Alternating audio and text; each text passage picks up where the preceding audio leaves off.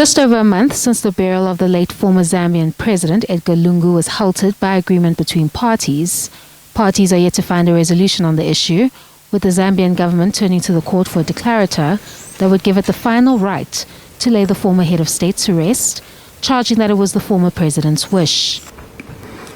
7.6. The family objected that the late President Lungu stated out his wishes before he died, which were that, firstly, his remains should be repatriated back to Zambia in the same manner that he had travelled to South Africa.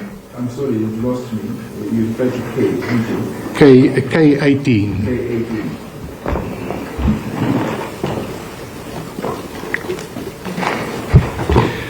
And then 7.63, in the event that he was accorded a state funeral, his successor should not be allowed to attend it. Now this comes from the respondents. So the important point is that it was never the late president's wish to be buried in South Africa. That's simply not on the papers.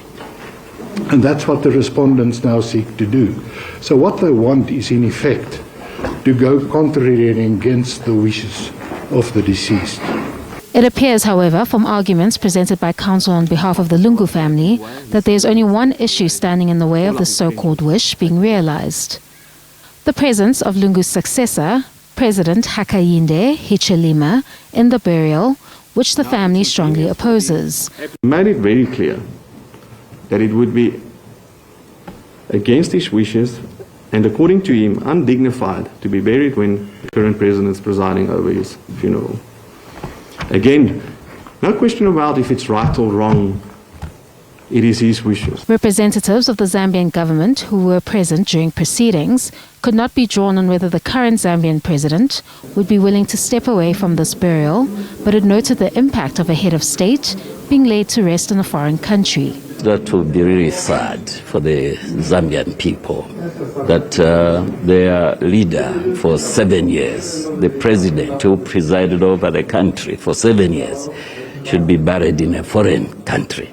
I think that would not be sitting well with the Zambian populace. And so that's why we had to come to court, so that even the court can intervene and be able to give us a proper direction. Judgment on the matter is expected by the end of the week. Canny, Maphanga, SABC News, Pretoria.